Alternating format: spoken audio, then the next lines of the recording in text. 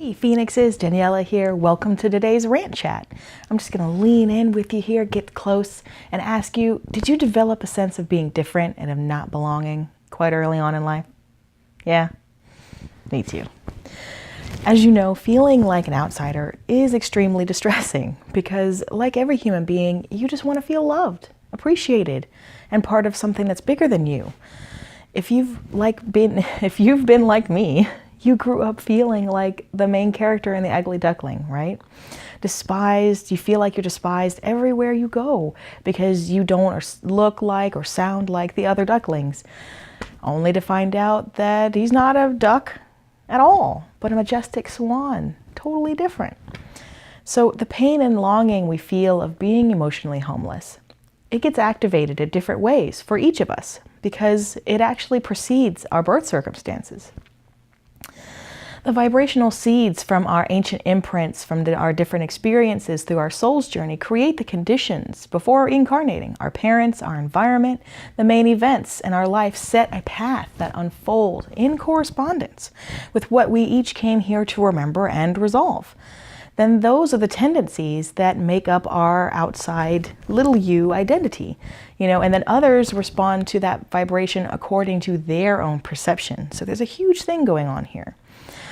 So when you were young, even though you couldn't put it into words, you simply knew you were different from the other members of your family, probably because you understood and interpreted things in a way that separated you out. It made you different. You understood things that people didn't get. You keep trying to be like others or struggle to express those views, if you were even allowed to, right? But you often always felt like the square peg in the round hole. Maybe you still struggle with it. Maybe you struggle still with these big differences between you and your parents or your siblings or your spouse or even your own kids because your observation of things is different or even opposite. And it seems like you speak an alien language, like your brain isn't wired exactly the same way, right? This alienation and subsequent then isolation really expands to the rest of the world. Is that your view? Maybe, with the exception of a few friends or acquaintances that you've connected through life?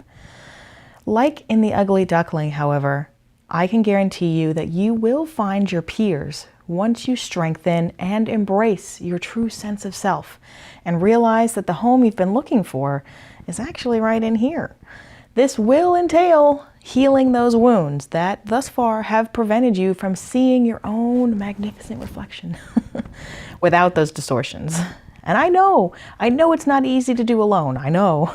I tried being stubborn for years, decades, telling myself I could do it without any outside aid, but it really just reinforced my own isolation because most everyone around me couldn't even begin to understand what I was going through, spiritually, emotionally, mentally, none of it. We're all totally in different places.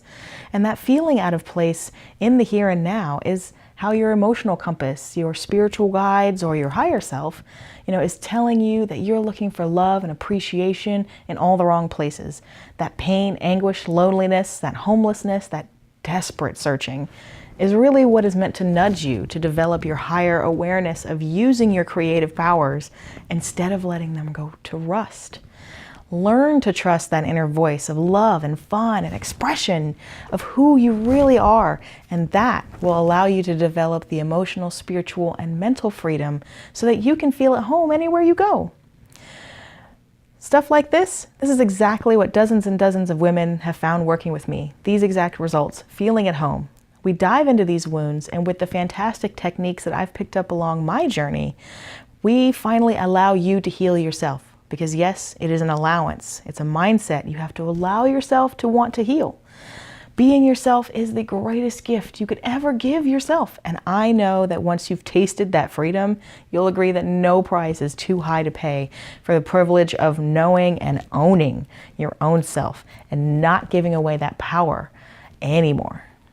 So I hope this message really resonated with you, and I want you to know that you are home here and that I understand you and have been where you stand now, and I stand ready here to always help you. I know you're ready. I can feel you're ready. Let's go deep diving, all right? Have a great weekend, Phoenixes. I can't wait to dive in with you. Phoenix love, Daniela.